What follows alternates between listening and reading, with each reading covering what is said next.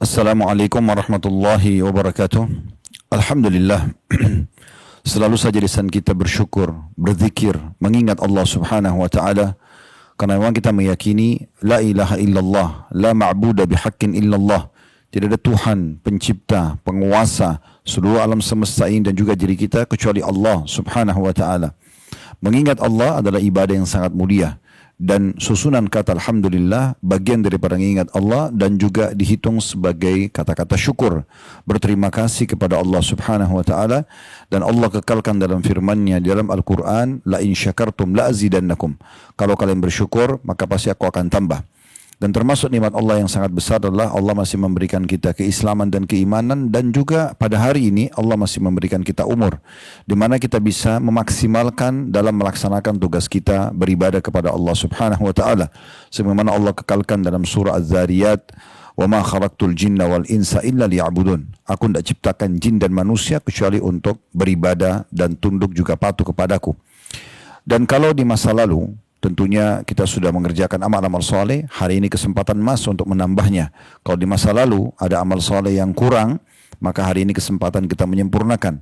Kalau di masa lalu ada amal soleh yang belum dikerjakan, hari ini kesempatan kita mengerjakan. Dan kalau di masa lalu kita memiliki dosa-dosa, pada hari ini kesempatan kita bertaubat agar lepas dari hukuman Allah Subhanahu wa taala. Dan insya Allah kita berkumpul siang ini, walaupun online, tapi insya Allah juga dengan niat baik untuk melaksanakan dan menghadiri majelis ilmu tentunya dan mempelajari lebih dalam berhubungan dengan masalah syariat Allah Subhanahu wa taala dan diantaranya tentang masalah haji pada kesempatan ini. Apa itu haji? Apa keutamaannya? Kemudian bagaimana tata cara pelaksanaannya? Serta bagaimana agar kita bisa mabrur tentunya ya. Tapi berhubungan sekali dengan tata pelaksanaan nanti itu akan mabrur. Dan mungkin sekaligus bagi teman-teman dokter yang akan bertugas ataupun semua petugas haji juga mereka bisa meraih kesempatan untuk haji, pahalanya kalau memang diberikan izin tentunya oleh pemerintah untuk haji. Jadi bukan hanya sekedar jadi petugas, maka bisa meraih dua keutamaan sekaligus, yaitu keutamaan melaksanakan ibadah haji dan juga berbuat baik dan membantu para jemaah haji untuk menjaga kesehatan mereka ataupun mereka sembuh dari penyakit misalnya atau kebutuhan-kebutuhan yang lain selain teman-teman medis. Dan hal yang terbaik untuk kita kerjakan atau yang terbaik kalau kita ingin mengerjakan sebuah amal soleh adalah kita mulai dengan mengetahui apa yang dijanjikan oleh Allah Subhanahu wa taala di ibadah itu. Namun sebelumnya kita akan sebutkan masalah haji. Haji dan umroh ini adalah dua rangkaian ibadah yang diperintahkan oleh Allah Subhanahu wa taala dan dijadikan sebagai rukun Islam kita yang kelima, yaitu ibadah haji bagi yang mampu melaksanakannya. Dan mampu di sini tentunya mampu secara fisik, mampu juga secara finansial, baik dia dibiayai atau dibiayai, baik dia dibiayai atau dia membiayai dirinya sendiri. Dan ibadah umroh lebih sederhana daripada ibadah haji, namun semuanya hukumnya wajib bagi yang pertama kali melaksanakan, baik haji maupun umroh. Bapak Ibu bisa melihat dalam surah Al-Baqarah ayat 196, Allah berfirman, wa atimul hajja wal umrata lillah. Sempurnakanlah haji dan umroh karena Allah. Tidak ada niat sama sekali berhubungan dengan manusia atau urusan dunia. Tapi betul-betul kita mengikuti tata cara yang sudah Allah perintahkan dan diniatkan dalam hati ikhlas karena ingin mengejar apa yang Allah janjikan. Dan kita akan baca sebentar lagi banyak sekali hadis-hadis Nabi SAW menyebutkan tentang masalah apa yang Bapak Ibu akan dapatkan kalau Anda mengerjakan ibadah haji dan umrah. Kemudian teman-teman sekalian, ibadah umrah dan haji ini tadi saya katakan di awal pelaksanaannya adalah wajib.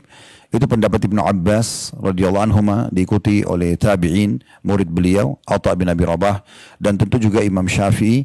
Mereka rahimahullah, mereka berpegang pada Al-Baqarah 196 tadi, mengatakan kalau haji bukan wajib maka tentu saja tidak akan kalau umrah bukan wajib maka tidak akan disandingkan dengan haji.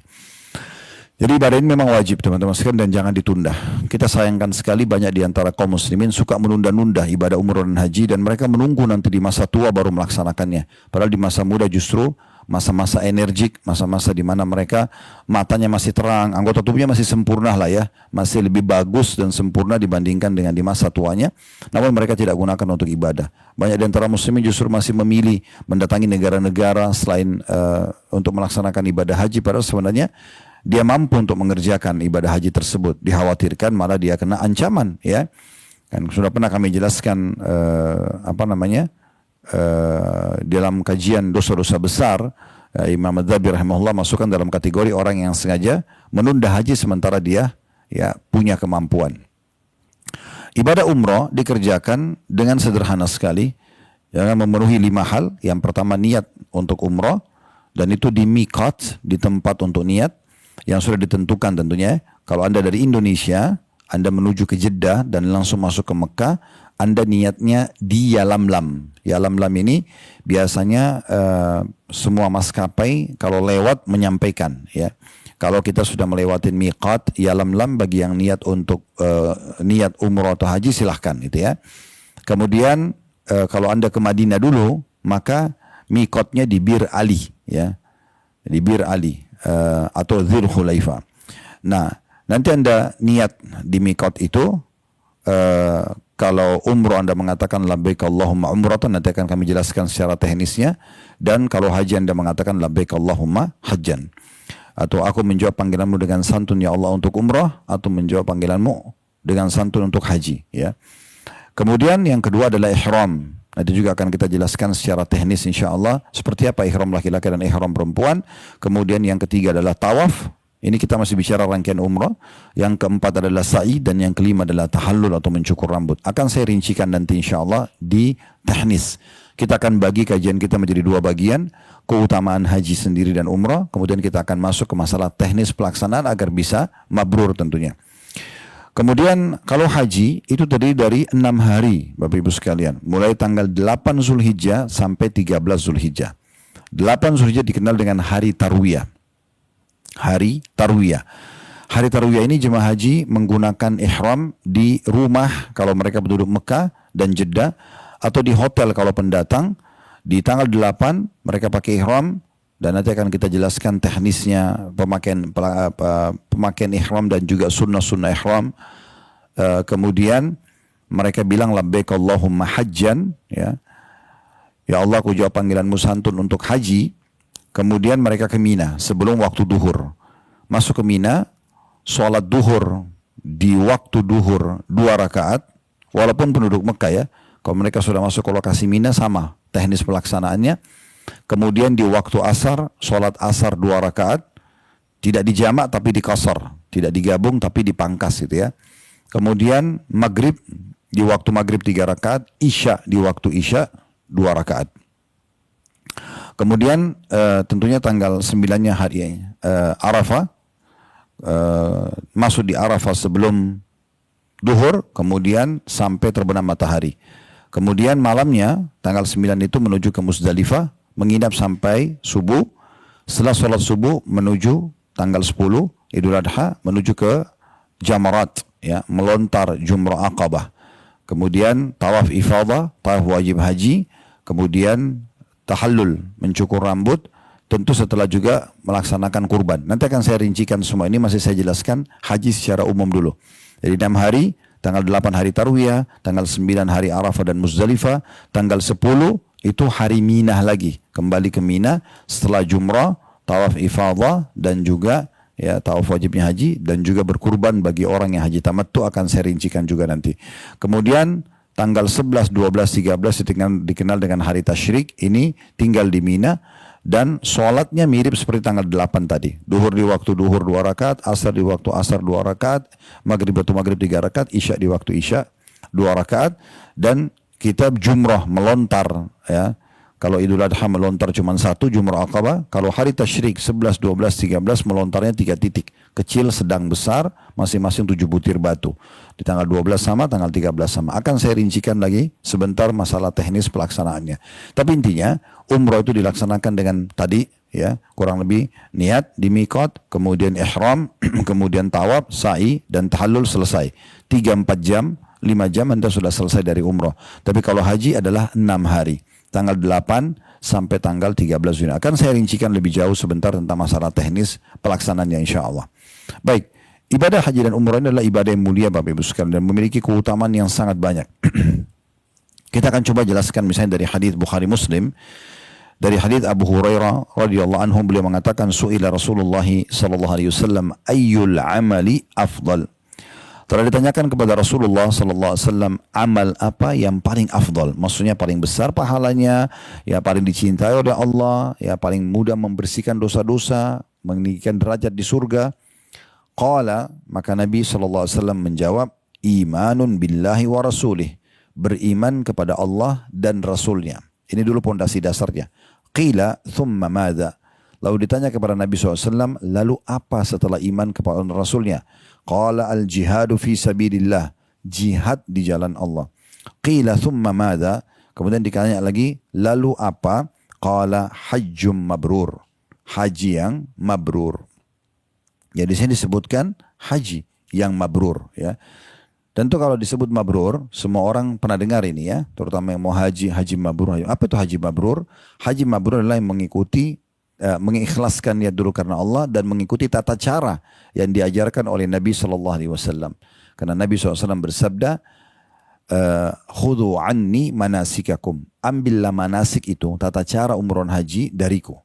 Nah, ini penyampaian Nabi SAW. Jadi kalau anda ikhlas karena Allah dan anda mengikuti Rasulullah SAW dalam semua tata caranya, maka dengan otomatis anda akan menjadi haji yang mabrur, ya. Makanya kita sekarang sebutkan agar anda ikhlas, anda coba mengejar keutamaannya. Oh, ternyata haji dan umrah itu besar sekali janji Allah, ya. Jadi kita mengejar itu, bukan mengejar pujian manusia. Kemudian kita akan jelaskan nanti teknis tata cara yang dikerjakan oleh Nabi SAW. Dan ada sebuah riwayat juga yang dinukil secara marfu dengan sanad hasan dari hadis Jabir radhiyallahu anhu. Kata Nabi SAW, inna birral hajji it'amut ta'am wa tayyibul kalam. Sesungguhnya haji yang mabrur adalah memberi makan dan juga bertutur kata yang baik. Artinya selama pelaksanaan haji dianjurkan seseorang itu juga bersedekah, ya, dan juga menjaga tutur katanya. Tutur kata ini tentunya bisa kata-kata yang diucapkan atau tulisan. Kalau sekarang kan kita juga tulisan melalui WA misalnya, ya. Juga ada hadis Nabi SAW yang sahih riwayat Bukhari Muslim, ya, masih dari Jabir radhiyallahu anhu. Nabi SAW bersabda, man hajja falam yarfuth walam yafsuq raja'a min dhunubi kayomi waladathu ummu. Siapa yang haji, dia tidak berkata kotor, dia tidak berbuat kefasikan, semua jenis dosa ditinggalkan sama dia, ya. Niscaya ia kembali diampuni dari dosa-dosanya seperti hari ia saat dilahirkan oleh ibunya. Dan dalam riwayat At-Tirmidzi disebutkan, ghufira lahu ma taqaddama min dzambi, dibersihkan dosa-dosanya yang lalu. Jadi haji, ya, yang mabrur adalah amal yang afdal setelah iman kepada Allah dan juga jihad di jalan Allah Subhanahu wa taala. Dan haji yang mabrur, kami sudah katakan tadi, dia ikhlas karena Allah, mengikuti tata cara. Nah, di antara tata cara teknis nanti akan kita jelaskan di bagian kedua kajian kita. Dan juga mengikuti tadi apa yang disampaikan. Ikuti dengan sedekah, ya. Kalau anda bawa uang, anda beli makanan, bagi kepada jemaah haji, beli minuman di Mina, di Arafah, di Muzdalifah selama anda mampu, ya. Dan juga menjaga tutur kata. Jangan juga berbuat dosa-dosa, ya. Berapa banyak orang yang masih gosip sementara haji, tontonan-tontonan haram, mendengar hal-hal yang haram, menjama yang haram, tersingkap auratnya misalnya. Semua ini hal-hal yang harus diperhatikan baik-baik, ya, karena dia masuk dalam kefasikan, ya. Saya pernah pengalaman di musim haji, lewat di sebuah di jalan waktu itu di Mina, kemudian ada jemaah haji dari negara-negara lain pada berkumpul di tenda orang Indonesia, orang kita, ya. Ternyata orang-orang ini karena masih awam, mereka tidak paham juga mungkin hukum, ya. Tidak semua orang haji itu paham agama. Ternyata banyak laki-laki yang sedang menonton, melihat sesuatu. Pada saat kami memperhatikan tempat tersebut, ternyata ada di antara jemaah haji perempuan Indonesia yang mereka mandi di depan tendanya gitu, menyiram gitu, ya, dan tersingkap auratnya. Jadi ada hal-hal yang mungkin dianggap itu biasa di desa dia, di kampung atau di kota dia, kemudian dibawa pada musim haji. Ini harusnya diingatkan, terutama oleh para petugas rohani ya, atau para ustadznya yang sedang berangkat, supaya harus dijaga. Ya. Ataupun Anda sebagai seorang muslim, Anda ingatkan selama Anda bisa, jangan ada kefasikan. Karena dalam hadis ini dikatakan siapa yang haji tidak rafath, tidak mengucapkan kata-kata kotor, caci maki, ghibah, menghina, bisa juga masuk dalamnya rafath ini adalah kata-kata syahwat ya kepada selain pasangan halal, ini dianggap rafath. Dan juga fusuk, semua perbuatan dosa, mata, telinga, tangan, mulut, ya, kemaluan, semua ini tidak boleh ada berhubungan dengan masalah dosa-dosa. Maka hadiahnya adalah dia akan pulang dari haji seperti baru dilahirkan oleh ibunya, bersih dari semua dosa. Kemudian juga ada hadis yang lain, ya, di mana hadis ini menyebutkan tentang masalah besarnya keutamaan haji. Bahkan dia berimbang dengan jihad di jalan Allah. Kita tahu jihad ini berat ya, tidak semua orang bisa. Dia keluar menghadapi musuh ya, dan sudah ini minimal luka ya, maksimalnya dia bisa mati. Tentu kita bisa berharap mati syahid, tapi berat bagi jiwa, tidak semudah itu yang dilakukan. Nah, ada riwayat unik ya, dinukil dari cucu Nabi SAW Al-Husain bin Ali radhiyallahu anhuma. Beliau mengatakan dalam hadis yang sahih riwayat At-Tabarani dalam Mu'jamil Kabir dan Mu'jamil Awsat ya. Ja'a rajulun ila Nabi sallallahu alaihi wasallam faqala inni jaban wa inni dhaif. Telah datang kepada Rasulullah SAW seorang laki-laki yang langsung menyatakan kepada Nabi SAW, saya ini pengecut dan saya sangat lemah secara fisik, secara keimanan, saya nggak bisa pergi jihad gitu.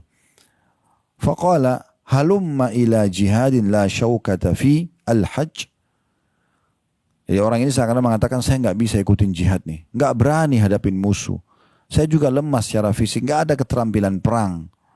Maka kata Nabi SAW, pergilah melakukan jihad yang tidak ada peperangan di dalamnya, yaitu haji. Jadi haji itu dianggap seperti orang sedang berjihad gitu ya. Dalam riwayat yang lain disebutkan dengan sanad hasan diriwayatkan oleh An-Nasa'i dari hadits Abu Hurairah radhiyallahu anhum, kata Nabi SAW, jihadul kabiri wal dha'ifi wal mar'atil hajj wal umrah.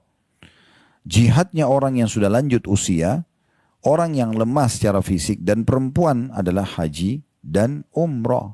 Haji dan umrah itu dianggap jihad. Juga hadis yang sahih diriwayatkan oleh Bukhari, Ummul Mukminin Aisyah radhiyallahu anha, semoga Allah muliakan beliau, di mana orang-orang Syiah terus mencaci maki beliau radhiyallahu anha. Kita akan membela dan mencintai beliau bersama dengan mertua Nabi SAW Abu Bakar dan Umar radhiyallahu anhum, di mana ketiga orang ini betul-betul fokus untuk disalahkan dan dikafirkan, dicaci maki oleh orang-orang Syiah ya. Tentu Allah ingin menambahkan pahala buat mereka. Ummul Mukminin Aisyah kekasih Rasulullah SAW berkata, qultu ya Rasulullah, naral jihada afdalal a'mal.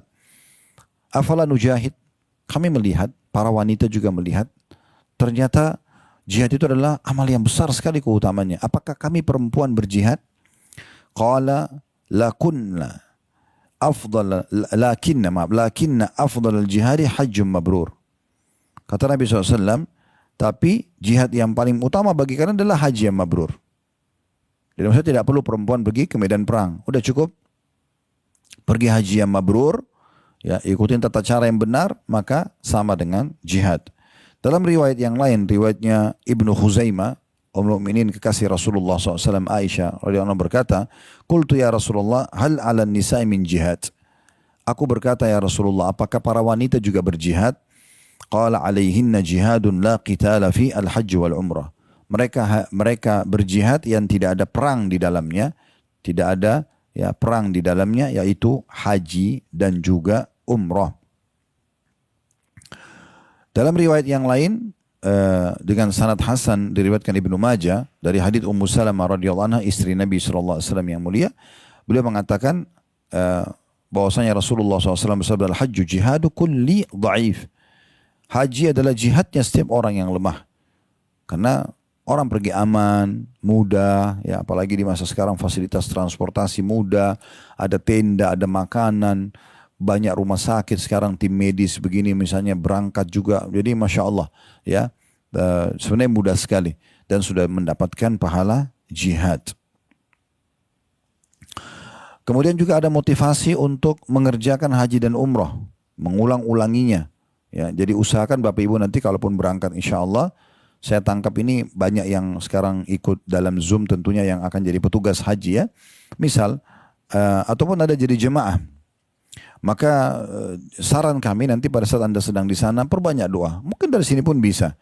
Supaya Allah tidak menjadikan haji atau umrah Anda ini yang terakhir. Allah berikan kesempatan yang banyak ke depan.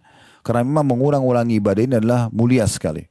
Perhatikan hadisnya, hadis yang hasan diriwayatkan oleh Tirmidzi dan juga Ibnu Khuzaimah dan Ibnu Hibban dalam sahih keduanya.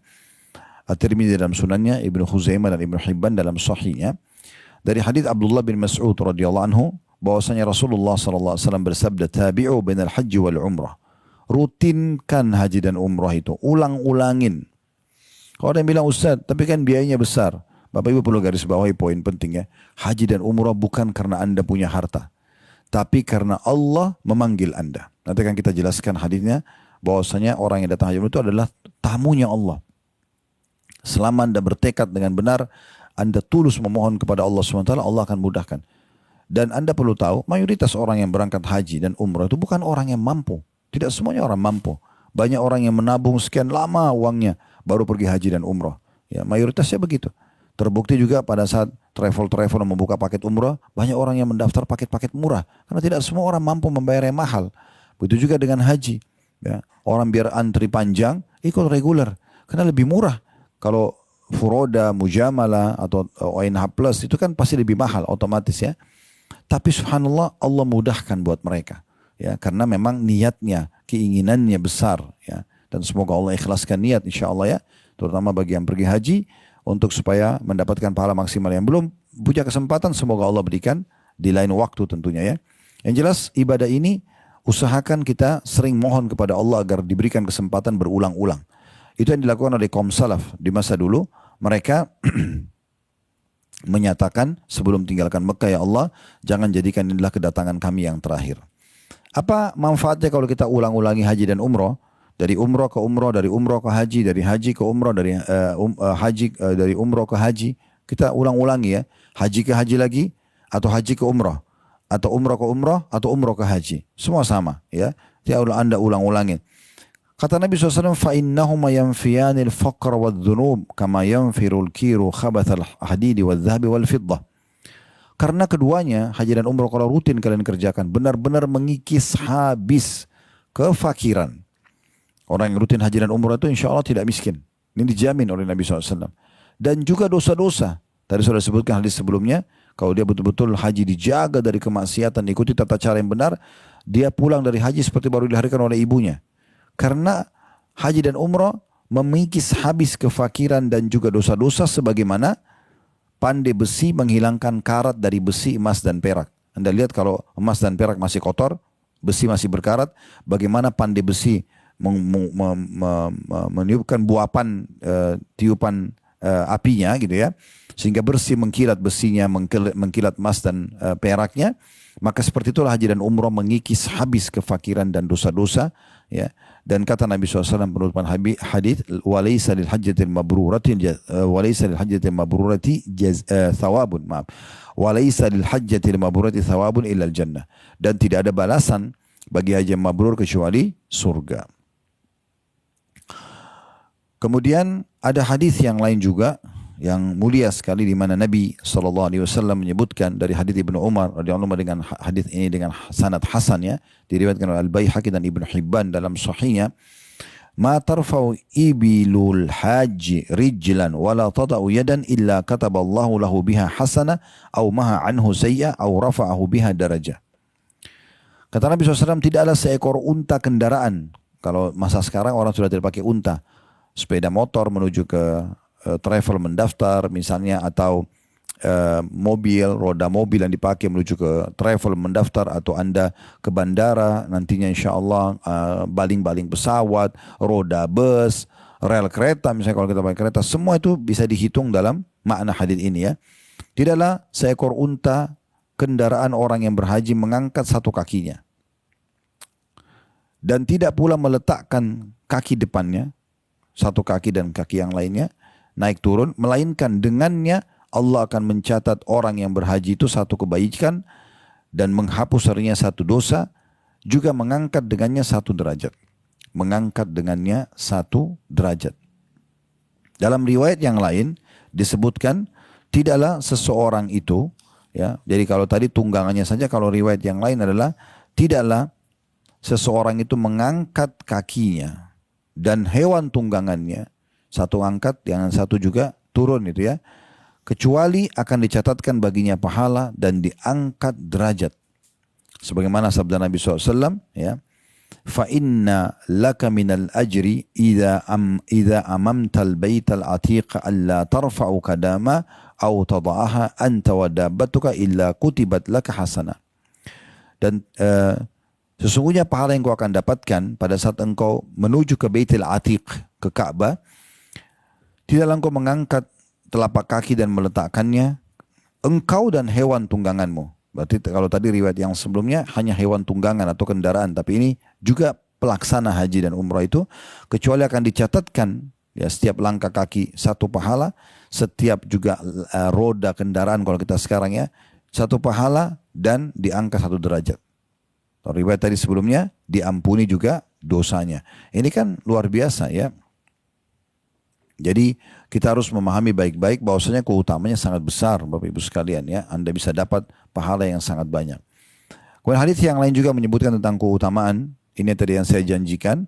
Kalau memang pelaksana haji dan umroh itu dia adalah tamu Allah. Hadis dengan sanad hasan diriwayatkan oleh Al-Bazzar dari Jabir radhiyallahu anhu bahwa Rasulullah SAW bersabda, Al-Hujjaj wal-Umar wafdullah da'ahum fa'ajabu wa sa'aluhu fa'atahum. Para jemaah haji dan umrah itu adalah delegasi Allah, tamu Allah. Jadi anda semua ini akan haji ini tamu-tamu Allah, pilihan. Allah memanggil mereka, lalu mereka pun memenuhi panggilannya. Bagaimana kita bisa faham Allah memanggil kita? Misal anda dapat peluang nih, teman-teman yang jadi petugas misalnya ditawarkan, atau ada pendaftaran anda sengaja mendaftar. Itu seperti anda menjawab panggilan Allah SWT. Karena anda tahu itu musim haji akan dipanggil. Atau anda sebagai jemaah, anda pergi mendaftar. Ya, sehingga dapat giliran untuk berangkat misalnya kalau reguler, atau misalnya anda ke travel ONH Plus misalnya, anda pakai visa kuota resmi, atau anda pakai visa mujamal, ataupun anda pakai furoda, biasa disilakan begitu, maka ini teman-teman sekalian, anda berarti menjawab panggilan Allah Subhanahu Wa Taala. Mungkin anda melihat flyer, anda tergerak hatinya untuk mendaftar, ini semua anda menjawab panggilan Allah. Mirip kalau kita dengar azan sholat, kemudian kita segera menjawab seruhan azan tersebut dengan mengerjakan sholat. Saya ulangi hadisnya, kata Nabi SAW, sesungguhnya para jemaah haji dan jemaah umrah adalah delegasi Allah. Allah memanggil mereka dan lalu mereka pun memenuhi panggilannya dan mereka memohon kepadanya. Jadi selama haji dan berdoa, maka Allah pun memberi permintaan mereka. Memberi jawaban atas doa mereka. Jadi orang jemaah haji itu juga mustajab doa. Ya, selain pembersihan dosa tadi ya. Selain juga dicatatkan banyak sekali pahala setiap langkah-langkahnya gitu ya. Dan hadis yang lain Ibnu Umar menyampaikan, hadis hasan diriwayatkan oleh Ibnu Majah dan Ibnu Hibban, bahwasanya Nabi SAW bersabda, Al-ghazi fisabilillah wal hajj wal mu'tamir wafdullah da'ahum fa'ajabu wa sa'alu fa'atahum. Orang-orang yang berperang di jalan Allah, orang yang haji dan orang yang berumrah adalah para delegasi Allah. Allah memanggil mereka, lalu mereka pun memenuhi panggilannya. Dan mereka memohon kepadanya, dan dia pun Allah mengabulkannya. Jadi Allah samakan di sini orang yang perang, orang yang haji, orang yang umrah, sama. Mereka dianggap delegasi Allah Subhanahu wa Ta'ala. Ada sebuah hadis yang saya senang sekali membacanya karena menyebutkan keutamaan yang banyak dari haji dan umrah ya, terutama haji. Yaitu hadis yang diriwayatkan dengan sanad hasan, disampaikan oleh Ibnu Hibban di dalam sahihnya dari hadis Ibnu Umar radhiyallahu anhu ya, karena hadis ini cukup panjang, jadi memang kita butuh lebih konsentrasi, dan Bapak Ibu yang mau haji butuh tentang mengetahui keutamaan ini supaya Anda tidak sia-siakan ya. Ibnu Umar mengatakan radhiyallahu anhu, kunna jalisan ma'an Nabi SAW fi masjid Mina. Satu hari kami pernah duduk bersama Nabi SAW di masjid di Mina, lagi melaksanakan ibadah haji. Fa'atahu rajulun minal ansar wa rajulun min Thaqif. Maka datang kepada Nabi SAW seseorang laki-laki dari orang Ansar, suku Ansar asli Madinah, dan satu lagi dari suku Thaqif. Fasallama thumma qala. Dua-duanya ucapin salam lalu keduanya berkata, Ya Rasulullah, ji'na nas'aluk. Wahai utusan Allah, kami datang untuk bertanya pada anda. Faqala in syi'tuma akhbartukuma bima ji'tuma tas'alani anhu fa'altu.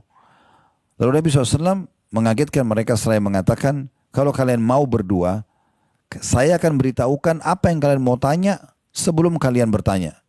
Saya bisa lakukan itu. Wa in syi'tuma an umsika wa tas'alani fa'altu.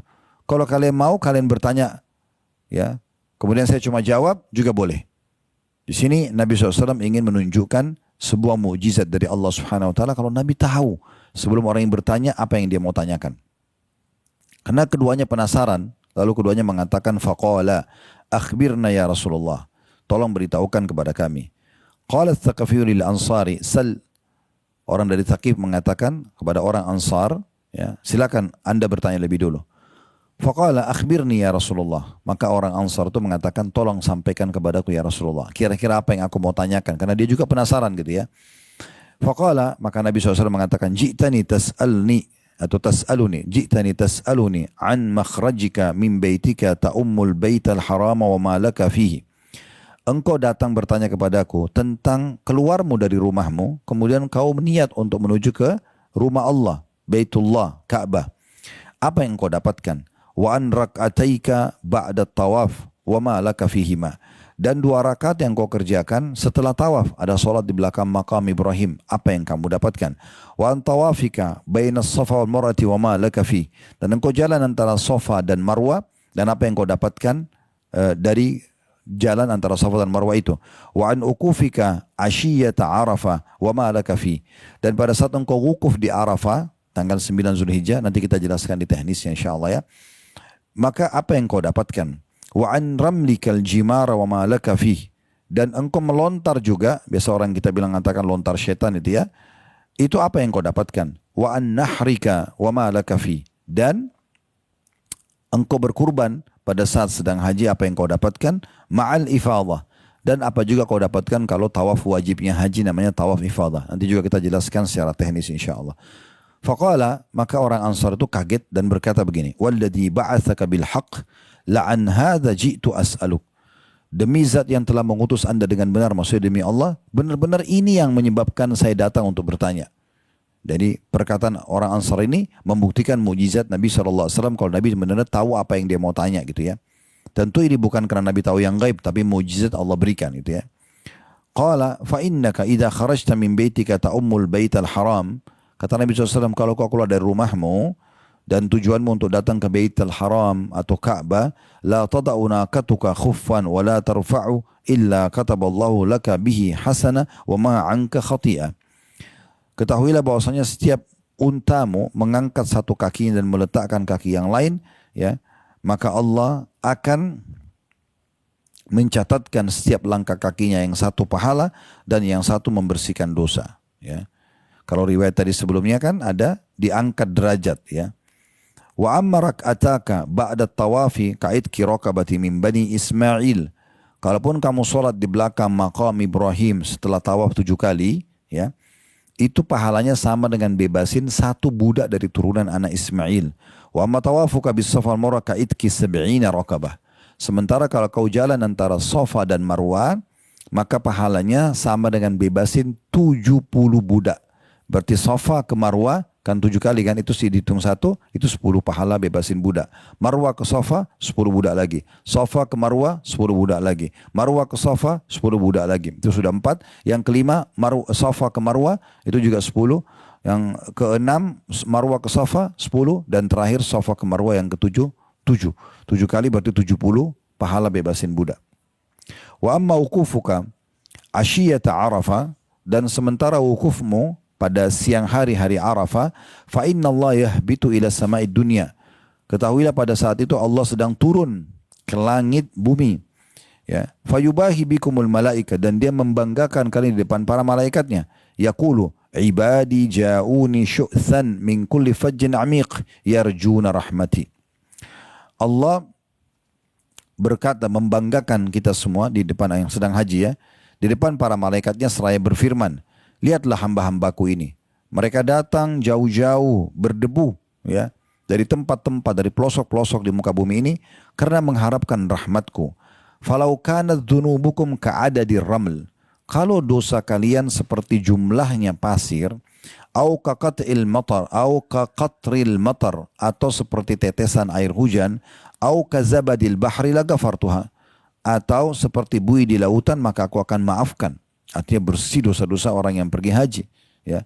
Afidu ibadi magfuran lakum waliman syafa'tum lahu. Maka bubarlah dari Arafah ini. Allah berfirman kepada para jemaah haji, walaupun kita tidak mendengar itu ya, karena Allah masih menutupi kuping kita, tapi dalil ini menjelaskan tentang Allah memang menyebutkan dan menjanjikan ini.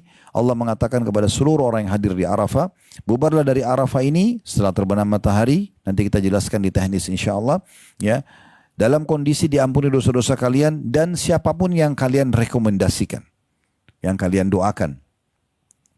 Wa maramyukal jimar falaka bikulli hasatin ramaitaha takfiru kabiratin minal mubiqat. Adapun melontar jumrah, melempar satu kerikil kecil. Nanti kita jelaskan teknis insyaAllah juga ini ya. Maka setiap satu batu kerikil pahalanya ya, keutamanya membersihkan satu dosa besar yang membinasakan. Wa amma nahruka famadkhurun laka inda rabbik. Adapun kurban yang engkau kurbankan, maka itu pahalanya disimpan di sisi Tuhanmu. Wa amma hilakuka ra'saka falaka bikulli sya'ratin halaktaha hasanatan wa tumha anka biha khati'ah. Adapun rambut yang kau cukur, tahallul ya, di haji itu dan umrah sebenarnya masuk dalamnya, maka setiap helainya dicatat, yang jatuh dicatat satu pahala, dihapus satu dosa. Wa amma tawafuka bil baiti ba'da dzalik. Adapun tawafmu setelah itu di rumah Allah ya, fa inna tatufu wala dzambalak, engkau tawaf dalam kondisi tidak punya dosa lagi. Ya'ti malakun hatta yada'u yadayhi baina katifayka fayaqul. Allah datangkan sosok malaikat yang meletakkan tangannya di pundakmu seraya berkata, i'mal fima tastaqbil faqad ghufira laka ma madha. Lakukanlah ya amal-amal yang baik sesudah ini karena sesungguhnya yang lalu-lalu sudah dimaafkan dosa-dosamu. Ini luar biasa pahalanya ya, luar biasa keutamaannya. Oleh karena itu kita harus betul-betul memperhatikan ya ibadah terutama di Arafah ya. Dan dalam sebuah hadis yang lain berhubungan dengan masalah keutamaan Arafah itu sendiri ya. Ada banyak hadis sebenarnya, tapi kita sebutkan sebagiannya. Ya. Hadis yang diriwayatkan dari Anas bin Malik dengan sanad sahih, dan ini dinukil ya oleh Al-Mundhiri dalam kitab At-Targhib dari beliau. Anas bin Malik berkata, waqafa an-nabiy sallallahu alaihi wasallam bi Arafat wa qad kadat asy-syamsu an ta'uba. Nabi SAW berwukuf di Arafah sedangkan matahari hampir saja terbenam. Faqala ya Bilal ansit liyan nas. Maka Nabi SAW mengatakan, hai Bilal, suruh orang-orang diam untuk mendengarkanku. Faqala ansitu li Rasulillahi sallallahu alaihi wasallam fa ansatan nas. Maka Bilal mengatakan, diamlah kalian untuk mendengarkan Rasulullah SAW. Maka semua manusia pun, orang-orang pada saat itu diam dan mendengarkan. Faqala ma'asyiran nas atani Jibril anifa. Wahai sekalian manusia, ketahuilah telah datang Jibril atau Jibril kepadaku tadi. Fa'aqra'ani min rabbis salam, dan dia menyampaikan salam Tuhanku untukku.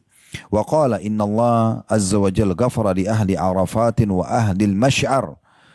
Dan dia mengatakan sungguhnya Allah azza wa jalla telah mengampuni dosa-dosa orang yang berada di Arafah dan orang-orang yang berada di Muzdalifah, Masy'aril Haram ya, karena setelah Arafah ke Muzdalifah. Dan ini insyaAllah akan kita jelaskan juga di masalah teknis. Nah, ini semua teknisnya akan kita jelaskan prosesinya.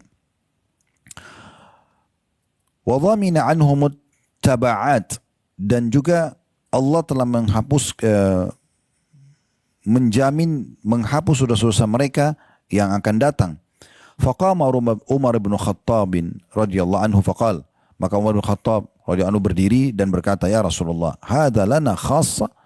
Wahai Rasulullah, apakah ini khusus buat kami saja?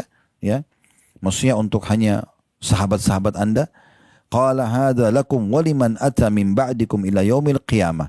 Ini untuk kalian dan juga untuk semua orang-orang muslim yang datang sudah kalian sampai hari kiamat. Faqala Umar radhiyallahu anhu, maka Umar radhiyallahu anhu berkata, kathura khairullahi wa tab. Ya. Maka Umar mengatakan, sungguh alangkah banyak dan melimpahnya kebaikan Allah Subhanahu wa taala. Ini luar biasa nih, ya. Oleh karena itu nanti kita jelaskan secara teknis teman-teman sekalian, hati-hati bagi yang pergi haji. Arafah itu jangan sia-siakan karena waktunya hanya duhur sampai maghrib, ya. Jadi boleh makan, boleh minum, tapi atau ngobrol sebatas kebutuhan. Jangan menyanyiakan waktu karena itu saatnya berdoa. Arafah hari berdoa, ya. Terutama minta agar diselamatkan dari api neraka, ya. Dalam hadis yang sahih diriwayatkan oleh Muslim, An-Nasai dan juga Ibnu Majah dari Ummul Mukminin Aisyah radhiyallahu anha, beliau mengatakan Rasulullah SAW bersabda, "Ma min yawmin aktsara min an yu'tiqallahu fihi 'abidan minan nari min yaumi Arafah." Tidak ada satu hari, ya, di mana Allah lebih banyak membebaskan hamba-hamba dari api neraka dibandingkan hari Arafah. Wa innahu la yadnu thumma yubahi bihimul malaika, dan Allah mendekat pada hari itu dan membanggakan hamba-hamba yang hadir di Arafah kepada para malaikat. Fayaqul ma arada haula. Seraya berfirman, apa yang diinginkan oleh mereka. Jadi maksudnya Allah Subhanahu wa taala membanggakan, ya. Jadi di sini bukan Allah bertanya bahwasanya Allah tidak tahu, tapi maksudnya Allah, lihatlah hamba-hambaku ini betul-betul datang murni hanya untuk beribadah kepada aku tentunya. Baik. Ini kurang lebih keutamaannya. Dan kalau kita mau bahas keutamaan haji itu banyak sekali, ya. Namun ada poin yang saya ingin tutup di bagian pertama ceramah kita masalah keutamaan haji dan umrah ini. Saya katakan tadi kalau kita mau bahas panjang sekali, ya, banyak sekali. Tetapi ada hadis-hadis yang saya ingin tutup, ya, tentang masalah misal kalau ada orang yang wafat, ya, orang yang wafat sementara pelaksanaan haji dan umrah, ini keutamanya besar sekali, ya. Keutamaan besar sekali. Dalam hadis yang disebutkan oleh Abu Ya'la, diriwayatkan Abu Ya'la, dan hadis ini dinilai sahih oleh Syekh Albani dari hadis Abu Hurairah radhiyallahu anhu, kata Rasulullah SAW, man kharaja hajan famat. Siapa yang keluar mengerjakan ibadah haji lalu wafat, meninggal dunia karena ajalnya datang. Dan ini biasanya terjadi, ya. Setiap tahun ada saja orang yang meninggal, Allah pilih mereka, ya. Kutiba lahu ajru haji la yaumil qiyamah, akan dicatatkan baginya pahala haji sampai hari kiamat.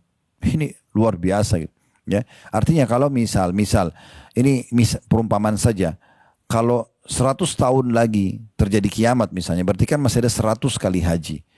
Orang kalau pergi haji lalu meninggal, ajalnya datang, bukan dia sengaja bunuh diri, ya, datang ajalnya, maka dia mungkin haji ini haji pertama, tapi karena dia meninggal lagi haji, dicatatkan baginya pahala haji sampai hari kiamat. Artinya masih ada 100 haji lagi sudahnya kalau 100 tahun lagi. Kalau 1000 tahun lagi berarti 1000 kali haji. Dan kita tidak tahu Allah alam berapa tahun lagi kiamat terjadi. Tapi begitu kata Nabi SAW. Siapa yang meninggal dunia, siapa yang pergi haji kemudian meninggal dunia, maka dicatatkan baginya pahala haji sampai hari kiamat. Wa man kharaja mu'tamiran famat, kutiba lahu ajrul mu'tamiri ila yaumil qiyamah. Siapa yang keluar umrah kemudian dia meninggal, maka akan dicatatkan pahala umrah untuknya sampai hari kiamat. Wa man kharaja ghaziyan famat, kutiba lahu ajrul ghazi ila yaumil qiyamah. Siapa yang keluar berperang, mati ajal, bukan dibunuh oleh musuh, mati syahid. Tapi ini tidak dibunuh oleh musuh, ajal datang. Siapa yang keluar berperang kemudian mati, ajal datang, maka akan dicatatkan baginya pahala jihad dan berperang sampai hari kiamat. Jadi ini luar biasa, gitu, ya. Dan juga ada disebutkan dalam hadis, ya, yang lain, hadis Bukhari Muslim, Ibnu Abbas menukil dalam hadis sahih tentunya radhiyallahu anhu, Ibnu Abbas radhiyallahu anhu berkata, baina rajulun waqifun ma'a Rasulillah SAW bi Arafah, ketika ada seorang laki-laki sedang wukuf bersama Nabi di Arafah lagi haji, itu waqa'an rahilati fa aqsa'athu. Lalu dia tiba-tiba jatuh dari hewan tunggangannya dan hewan tunggangan tersebut menginjaknya sampai dia mati, ya. Faqala Rasulullah sallallahu alaihi wasallam, maka Nabi SAW bersabda, iksiluhu bima'in wasidr. Mandikan jenazahnya dengan menggunakan air dan daun bidara. Wa kaffinuhu bithawbaihi, dan kafani dia dengan 2 kain ihramnya. Wala tukhammiru ra'sahu, dan jangan tutup kepalanya. Wala tuhannituhu, dan jangan juga kalian membalurnya dengan wangi-wangian, karena orang ihram nanti kita jelaskan secara teknis tidak ya pakai wangi-wangian. Fa innahu yub'atsu yaumal qiyamati mulabbiya, karena dia akan dibangkitkan hari kiamat dalam kondisi bertalbiyah. Juga disebutkan dalam riwayat Ibnu Khuzaimah, anna rajulan kana ma'an Nabi SAW fawaqasathu naqatu. Ada seorang sedang haji bersama Nabi, lalu dia jatuh dari hewan tunggangannya. Dan dia terinjak oleh hewannya. Wa huwa muhrim, dalam kondisi dia lagi ihram, famat, kemudian meninggal. Faqala Rasulullah SAW, Nabi SAW bersabda, iksiluhu bima'in wa sidr. Mandikan dia dengan menggunakan air dan daun sidir, daun bidara. Wa kafinuhu fi thawbaihi. Bungkus dia dengan ya 2 kain ihramnya. Wala tamassuhu bitibin. Jangan sentuhkan wangian dengan dia, karena biasanya kalau jenazah kan dimandikan dengan sampo, sabun. Ini enggak boleh, khusus orang yang meninggal berihram. Wala tukhammiru ra'sahu. Jangan tutup kepalanya. Fa innahu yub'atsu yaumal qiyamati mulabbiya. Karena dia akan dibangkitkan hari kiamat dalam kondisi dia sedang bertalbiyah. Hadis terakhir yang saya mau sampaikan berhubungan dengan masalah keutamaan haji dan umrah. Tentu ini saya bilang ya banyak sekali Bapak Ibu sekalian keutamaannya. Ini sering kali kami sampaikan dalam manasik-manasik kami ya. Tapi mudah-mudahan ini sudah mewakili. Yang penting Bapak Ibu tahu, oh ternyata haji itu besar banget keutamaannya sama umrah. Jadi jangan disia-siakan. Yang sudah akan berangkat, ikhlaskan niat supaya maksimal dapat pahalanya. Yang belum berangkat dan mengikuti acara ini, selalu berdoa sama Allah. Merengek, minta sama Allah agar dimudahkan. Karena haji dan umrah panggilan. Bukan hanya sekedar kaya. Banyak orang kaya raya tidak bisa berangkat. Nah, kalau Anda mengeluarkan biaya dalam pelaksanaan ibadah ini, Anda akan mendapatkan pahala yang besar. Dan makin besar Anda keluarkan biaya, maka makin besar juga pahalanya. Ini hadis penutup berhubungan dengan masalah keutamaannya ya. Disebutkan ya dari Ummul Mukminin Aisyah radhiyallahu anha dalam hadis riwayat Al-Hakim, dan dikatakan sahih berdasarkan ya syarat Bukhari ya. Di mana beliau mengatakan Rasulullah SAW pernah bersabda kepada Aisyah di saat melakukan ibadah umrah, inna laki minal ajri ala qadri nasabiki wa nafakatuki. Sesungguhnya pahala yang kamu dapatkan wahai Aisyah sesuai dengan kadar kelelahanmu dan nafkah yang kau keluarkan, uang yang kau keluarkan. Oleh karena itu Bapak Ibu sekalian, kalau mau umrah mau haji, selama punya kemampuan cari fasilitas yang paling bagus ya. Karena Anda nyaman ya, dan saya termasuk orang yang sering mengingatkan jemaah jangan yang penting tiba di Mekah sama Madinah, enggak penting fasilitas hotel, bus, yang penting saya sampai di sana. Akhirnya tiba 2 hari sakit. Terlalu jauh dari masjid, susah ibadahnya gitu ya. Selama Anda punya kemampuan, kenapa enggak dekat Masjid Haram? Kenapa enggak fasilitas yang terbaik dari penerbangan, bus, kendaraan dan seterusnya? Selain Anda nyaman, ibadahnya juga enak ya. Dan tentunya pahalanya besar. Dalam riwayat yang lain disebutkan innama ajruki fi umratuki ala qadri nafakatuki. Sesungguhnya pahalamu yang kamu dapatkan wahai Aisyah dalam umrahmu adalah sesuai dengan kadar nafkah yang kamu keluarkan. Ya, jadi makin besar Anda keluarkan, Anda berkorban di jalan Allah untuk ibadah, maka makin besar juga pahalanya. Baik, sekarang kita masuk ke masalah teknis tadi yang saya janjikan, teman-teman sekalian. Kita fokus ke haji sekarang. Ya. Haji ini ada 3 jenis ya. Yang pertama dikenal dengan haji ifrat. Apa itu haji ifrat? Haji saja. Dia nggak ada umrohnya. Ini biasanya dikerjakan oleh penduduk Mekah, penduduk Jeddah, orang sekitar Saudi. Karena mereka memang mudah untuk mengerjakan itu. Jadi nanti tanggal 8 mereka tinggal ihram, lalu masuk ke Mina, lanjutkan haji sampai tanggal 13. Nanti kita jelaskan teknisnya sebentar. Itu ifrat. Dia haji saja. Ya. Dan ini tidak ada sembelih hewannya dia. Ya. Yang kedua adalah haji tamattu'. Tamattu' itu artinya menikmati. Dia gabungan antara umrah sama haji. Dan umumnya jemaah kita mengerjakan ibadah tamattu'. Umumnya jemaah haji dunia sih tamattu' ya. Tamattu' itu adalah orang umrah dulu. Nanti ini Bapak Ibu berangkat pasti umrah dulu. Setelah umrah, yang tadi saya sebutkan ya, niat di miqat, pakai ihram, tawaf, sa'i, kemudian tahallul. Anda umrah, setelah cukur rambut, Anda sudah boleh buka ihram dan Anda tinggal di Mekah sampai tanggal 8 baru Anda ihram lagi buat haji. Makanya dinamakan tamattu'. Kenapa? Menikmati karena dia selesai umrah, dia seperti jadi penduduk Mekah, nanti tanggal 8 baru dia ihram buat haji. Itu namanya tamattu'. Teman ini ada hewan yang disembelih, hadyu namanya ya. Kemudian yang ketiga adalah qiran. Qiran mirip sama tamattu, tapi bedanya selepas umroh mereka nggak buka ihramnya. Mereka nggak buka ihram. Jadi mereka pakai ihram sampai haji. Misal. Nah, tentu yang paling afdal adalah haji tamattu. Dan ini yang umumnya dikerjakan oleh kaum muslimin. Baik, itu pembagian haji. Sekarang secara teknis, ini tolong Anda lebih fokus lagi supaya Anda tidak keliru. Dan berjalan sesuai dengan apa yang Nabi SAW sampaikan, khudu anni manasikakum, ambil manasik dari aku. Haji Bapak Ibu sekalian tadi saya bilang 6 hari. Dari 6 hari ini ada dua hari yang hukumnya sunnah secara fikih dan 4 hari hukumnya wajib. Sunnah secara fikih definisinya adalah mengerjakan dapat pahala, ditinggalkan tidak berdosa. Kami sarankan Bapak Ibu sekalian, Anda fokus ke potongan awal definisi ini, yaitu mengerjakan dapat pahala.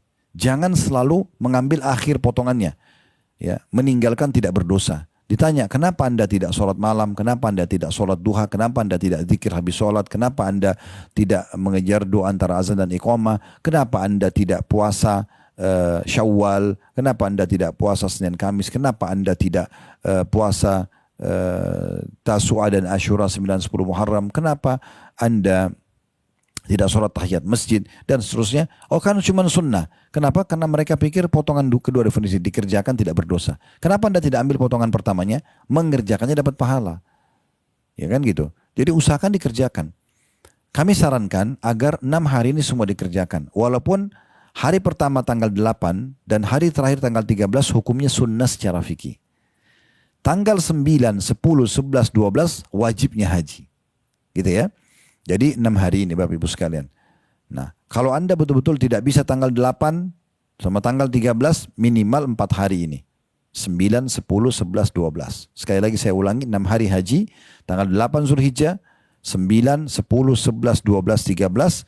2 harinya, hari pertama tanggal 8 dan hari terakhir tanggal 13 sunnah hukumnya.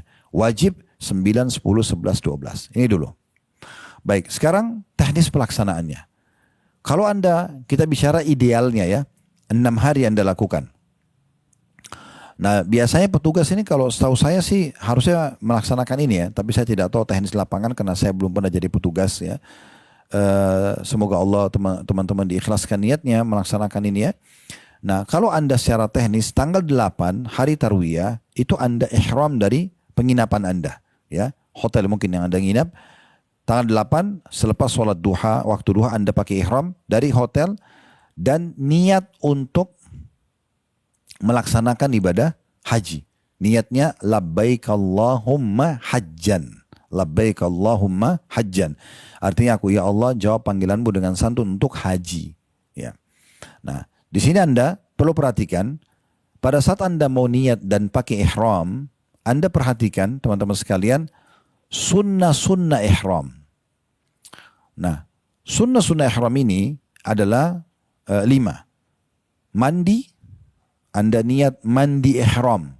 Ya, jadi tanggal 8 sebelum Anda pakai ihram, sebelum ke Mina hari Tarwiyah, Anda mandi niat dalam hati mandi ihram. Tidak ada niat khusus dengan lisan, Anda cukup niat dalam hati saja. Kalau akan mandi ini mandi ihram. Anda mandi yang terbaik. Mandi dengan bersih pakai sampo, pakai sabun segala macam itu ya. Kemudian setelah mandi ada 5 tadi saya bilang sunnahnya, potong kuku. Kemudian mencukur bulu kemaluan. Kemudian mencukur bulu ketiak. Ya, ini 4 ini laki-laki perempuan sama. Mandi, potong kuku. Tentu ini boleh tidak berurut ya. Misalnya Anda mau potong kuku dulu nggak masalah. Yang penting Anda kerjakan ini. Mandi, potong kuku, cukur bulu kemaluan, cukur bulu ketiak. Ini laki-laki perempuan sama. Yang kelima khusus laki-laki. Mencukur kumis. Ya, ini ya sunnah ihram. Gitu ya. Jadi Anda lakukan dulu ini 5-5-nya. Baru kemudian Anda pakai ihram di tanggal 8 hari Tarwiyah. Gitu ya. Anda mandi, Anda potong kuku, cukur bulu ketiak, cukur bulu kemaluan, kemudian cukur kumis bagi laki-laki tambahnya, lalu pakai baju ihram. Nah, ihram laki-laki sama perempuan berbeda. Ihram laki-laki 2 lembar kain putih yang tidak boleh dijahit. Dan hanya ini bapak-bapak pakai ya, tidak boleh pakai pakaian apapun selain 2 kain lembar ini. Tidak boleh pakai kaos dalam, tidak boleh pakai celana dalam, maaf, tidak boleh pakai topi, surban, tidak boleh pakai kaos kaki ya. Cukup betul-betul 2 lembar kain ini. Kepala Anda terbuka juga ya. Kalau pakai payung boleh, karena payung jauh, tidak di atas kepala langsung. Tapi kalau kopiah, kayak yang saya pakai misalnya, atau Anda pakai kain ihram tutup karena merasa panas, itu nggak boleh lagi. Ya, setelah Anda niat melaksanakan ibadah haji ini. Jadi perhatikan baik-baik gitu ya. Laki-laki cuma pakai itu. Sama juga Anda dianjurkan pakai sandal. Karena laki-laki tidak boleh menutup mata kakinya gitu ya. Dan di zaman Nabi SAW pernah ada orang yang pakai sepatu. Maka Nabi SAW menyuruh ganti sendal, kalau tidak ada maka disuruh potong sampai tidak menutup mata kakinya. Tapi bagi perempuan justru lengkap pakaiannya. Maaf, semua pakaian dalam, gamisnya pakai ya, semua dipakai dari kepala sampai kaki, termasuk kaos kaki. Ibu-ibu perhatikan ya, karena banyak orang-orang kita, ibu-ibu kita semoga Allah kasih hidayah, mereka pakai jilbab tapi nggak pakai kaos kaki, padahal kakinya itu aurat. Yang boleh kelihatan cuma telapak tangan sama wajah saja. Termasuk wanita yang bercadar dan pakai kaos tangan itu dibuka pada saat sedang melaksanakan ibadah umroh ataupun haji. Gitu ya. Jadi ini yang diperhatikan. Di hari tanggal 8, ini 6 hari tadi, tanggal 8 hari Tarwiyah, Anda pakai ihram dari hotel. Ihram yang sudah kita sebutkan tadi, laki-laki 2 lembar kain yang tidak berjahit, yang biasa sudah dibagikan. Tidak boleh pakai kaos dalam, celana dalam, surban, topi, pet, ya. Kaos kaki bagi laki-laki, cuma 2 ini saja, dan pakai sendal. Kemudian bagi perempuan pakai lengkap bajunya dari jilbab sampai ke kaki, kaos kaki, kecuali wajah dan telapak tangan, dan hindari warna-warna syuhra, pakaian-pakaian ketat. Ibu-ibu hindari dandan-dandan gitu ya. Jadi nggak usah pakai lipstick dan segala macam di waktu itu. Tapi kalau Anda pakai sunblock ya, misal contoh, itu gak ada masalah. Atau selepas mandi supaya gak kering Anda pakai hand body. Tapi sebelum niat ya. Karena kalau sudah niat nanti ada larangan ihram namanya. Kayak saya mulai dari sunnah ihram tadi ya. Jadi mandi, potong kuku, cukur bulu ketiak, cukur bulu kemaluan. Kemudian Anda tambah laki-laki dengan potong kumis. Baru Anda pakai ihram. Nah, di sini sebelum pakai ihram, kalau ada bapak ibu misalnya mau pakai roll on ya. Tadi ibu-ibu pakai sunblock, pakai hand body misalnya, itu boleh saja ya. Yang penting ihramnya jangan dicuci dengan wangi-wangian ya. Jadi dicuci dengan air biasa saja, karena memang ada larangan ihram. Larangan ihram itu apa? Tidak boleh pakai wangi-wangian. Kalau Anda sudah niat, Anda sudah bilang labbaik Allahumma hajjan, berlaku larangan. Tidak boleh pakai wangi-wangian. Tisu basah yang wangi kah, roll on kah, kalau sudah niat. Sebelum niat tadi boleh. Parfum nggak boleh sama sekali sampai selesai nanti larangan-larangan ihram. Nanti kita jelaskan lanjutan teknisnya, kapan Anda buka ihram dan tidak berlaku lagi larangannya.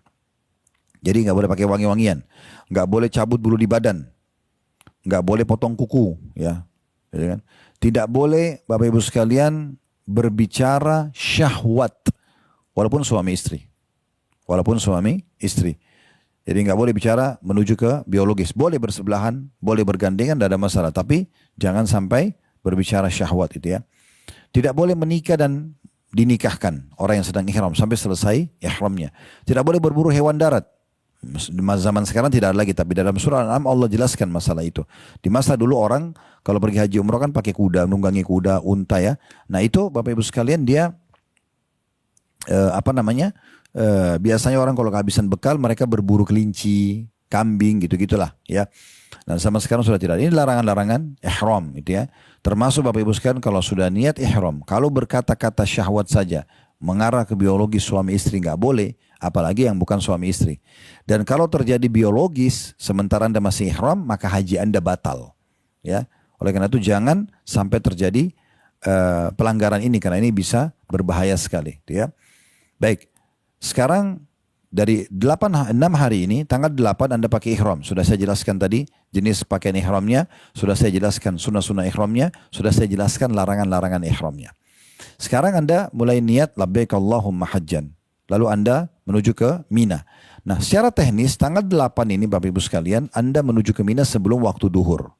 Nanti tiba di sana, Anda sholat di tenda masing-masing. Biasanya pasti ada imamnya ya, ada pembimbing rohaninya insya Allah. Ya, semoga Allah ikhlaskan niat kita semuanya.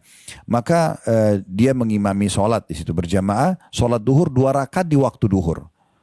Lalu bisa istirahat, makan siang sambil berzikir, memperbanyak zikir kepada Allah SWT. Nanti asar, ya azan iqamah lagi, sholat asar 2 rakaat. So gitu lagi, zikir, ibadah segala macam. Mungkin ada juga yang mengadakan pengajian biasa. Kalau kami biasa gitu pengajian di tenda misalnya. Maghrib, sholat maghrib. 3 rakaat. Isya, di waktu isya 2 rakaat. Lalu istirahat malam, ini tanggal 8 sudah selesai. Namanya hari Tarwiyah. Masuk tanggal 9, ini wajibnya haji. Hari Arafah tadi. Anda bertolak dari Mina menuju ke Arafah di waktu duha. Dan intinya sebenarnya sih kita masuk Arafah itu duhur. Duhur. Oleh karena itu anjurannya agar masuk jalannya sebelum duhur gitu ya. Waktu duha menuju ke Arafah. Di Arafah ini mulai dari duhur Bapak Ibu sekalian sampai maghrib terbenam matahari Anda kewajibannya tunggu di Arafah. Tapi beda. Rangkaian sholatnya adalah duhur dan asar dijamak. Digabung. Dikasar, dipangkas, ditakdim, dimajukan. Jadi duhur dan asar masing-masing 2 rakaat di waktu duhur, ya. Itu dikerjakan. Setelah itu boleh makan, istirahat sejenak, lalu perbanyak doa. Arafah ini tempat doa. Kalau di Mina tempat zikir, ya. Walaupun Anda boleh berdoa di Mina, tapi zikir perbanyak. Di Arafah banyak doa. Karena kata Nabi SAW, doa yang paling afdal adalah doa di Arafah. Dan ini inti haji. Kata Nabi SAW, Al-Hajju Arafah. Haji adalah Arafah. Makanya tadi banyak juga keutamaan hari Arafah di mana Allah Azza wa Jalla memaafkan para ahli Arafah. Semoga kita termasuk insyaAllah ya. Nah, Anda tunggu di Mina, di Arafah sampai terbenam matahari. Yang paling fokus berdoa selepas asar sampai terbenam matahari. Fokus berdoa di situ. Kalau maghrib tiba, setelah tiba maghrib Anda boleh bertolak di tanggal 9 masih sama menuju ke Muzdalifah. Muzdalifah ini waktunya istirahat. Sunnah Nabi SAW, Anda mentakhirkan sholat. Maghrib dan isya dijamak, ditakhirkan, diterlambatkan di waktu isya. Maghrib dan isya dikerjakan di waktu isya. Dan isyanya dikasar, dipangkas jadi 2 rakaat. Dikerjakan di Muzdalifah. Dan ini Anda istirahat tidur sampai tanggal 10. Nah, kita sudah masuk hari ketiga. Tanggal 8 sudah, tanggal 9 sudah, sekarang tanggal 10. Nah 10, 11, 12, 13 semuanya di Mina. Nah tanggal 10 ini, hari raya Idul Adha, Anda dianjurkan, ya, tata cara hajinya adalah menuju ke Jumrah Aqabah. Mulai melontar di situ. Masih dalam kondisi berihram. Dan hari ini hanya 1 kali jumrah. 7 butir batu saja. Nanti Anda akan dipandu, mau nggak mau ya, pemirsa sudah mengatur itu, di jumrah nanti kita kalau masuk akan terpandu dengan sendirinya untuk menuju ke Jumrah Aqabah. Ada 3 jumrah, sugro, kecil, wusta, sedang, dan Aqabah yang besar. Di hari pertama tanggal 10 ini, pemerintah Saudi memblokade dengan petugas sugro dan wusta. Kita mau nggak mau masuk, kita akan menuju ke Aqabah, karena cuma satu saja, cuma Aqabah saja. Jadi tidak perlu khawatir, mana Ustaz saya nggak bisa bedain mana usta, mana sugra, mana usta, mana Aqabah. Nanti di sana terpandu dengan sendirinya, apalagi ada pembimbing insyaAllah ya. Jadi tanggal 10 ini kita cuma jumrah 1 kali. Jumrah Aqabah 7 butir batu, kemudian Anda menuju ke Masjidil Haram untuk tawaf ifadah. Ini tanggal 10, tawaf wajibnya haji. Tawaf seperti tadi waktu umrah, tawaf 7 kali, sholat di belakang makam Ibrahim dan Anda sa'i. Nah setelah itu, karena Anda tamat tuh Anda berkurban. Nah biasanya kurbannya sudah diserahkan gitu ya. Dan ini kalau 3-tiganya sudah dilakukan teman-teman sekalian, Anda boleh tahallul. Tahallul ya, cukur rambut. Dan semuanya halal termasuk hubungan biologis suami istri. Nah setelah itu Anda buka kain ihram, larangan ihram sudah tidak berlaku lagi ya. Anda pakai baju biasa, malam itu Anda nginap di Mina. Diusahakan kalau sudah masuk Mina, sholat duhur seperti tanggal 8 tadi. Di waktu duhur 2 rakaat, sholat asar di waktu asar 2 rakaat, sholat maghrib di waktu maghrib 3 rakaat, sholat isya di waktu isya 2 rakaat. Perbanyak zikrullah. Tanggal 11, tanggal 12, dan tanggal 13 teman-teman dikenal dengan hari tasyrik. Ya. Hari keempat, hari kelima, hari keenam. Ya. Ini teman-teman, tugas Anda yang paling utama, tentu sholatnya sama. Duhur di waktu duhur, 2 rakaat, asar di waktu asar, 2 rakaat, maghrib di waktu maghrib, 3 rakaat, isya di waktu isya, 2 rakaat. Di 3 hari ini Anda jumrah, tapi 3 titik. Sugra, wusta, kubra. 7 butir batu di sini, 7 butir batu di sugra, 7 butir batu di wusta, 7 butir batu di Aqabah, 7 butir batu di Aqabah. Nanti itu terpandu dengan sendirinya karena Anda diarahkan oleh pemerintah Saudi masuk jumrah itu paling pertama ada wusta dulu, sugra dulu. Anda pasti melontar 7. sambil takbir Allahu Akbar, Allahu Akbar, Allahu Akbar. Ini tadi yang disebutkan keutamanya, setiap butir menggugurkan satu dosa besar. Dan di sini Anda melontar 3 titik, berarti 7 kali 3. Kalau tanggal 10 tadi Anda cuma lempar 7 butir, kalau di tanggal 11 Anda melempar 21 butir. 7 di kecil, 7 di sedang, 7 di Aqabah. Tanggal 12 sama, tanggal 13 sama. Kalau kita akumulasikan total batu, 7 di tanggal 10, 21 di tanggal 11, 21 di tanggal 12, 21 tanggal 13, ini totalnya 70 batu. Artinya ada 70 dosa besar yang dimaafkan oleh Allah Subhanahu wa taala. Nah, tinggal terakhir teman-teman sekalian, kalau ada orang jemaah haji tanggal 12-nya udah mau keluar dari Arafah, di Mina. Mau selesaikan haji, biasa dikenal dengan nafar awal. Boleh aja. Tapi dia setelah jumrah, ya, dia sholat duhur, ya. Kemudian dia setelah zawal, ya, setelah zuhur dia melontar. Nah, nanti dia keluar sebelum terbenam matahari. Karena kalau sudah terbenam matahari, dia lanjut sampai tanggal 13. Walaupun saran kami tetap lanjut sampai tanggal 13 karena Allah berfirman, liman ittaqa, bagi orang yang lebih bertakwa. Nah, seperti itu. Nah, ini masalah teknis lapangan dan saya insya Allah yakin juga sudah ada panduan ya dalam masalah manasik-manasik. Tapi ini gambaran umum tentang masalah pelaksanaan teknis di lapangan. Nah, bagi teman-teman yang sedang melaksanakan tugas, ya Anda bisa sisipkan waktu ya. Saya sambil bertugas sebagai medis, dokter misalnya atau petugas lainnya. Kalau Anda pun diizinkan haji, Anda sambil haji sambil Anda bertugas. Maka insya Allah kalau Anda ikhlas, Anda bisa mendapatkan double pahala di pelaksanaan hajinya dan juga pahala dalam membantu kaum muslimin. Allahu a'lam. Mungkin itu saja Bapak Ibu sekalian yang kami bisa sampaikan. Kalau benar dari Allah silakan diambil dan diamalkan. Kalau dasar dari kami mohon dimaafkan dan kami istighfar kepada Allah Subhanahu wa taala. Subhanakallahumma bihamdika asyhadu an la ilaha illa anta astaghfiruka wa atubu ilaik. Wassalamualaikum warahmatullahi wabarakatuh.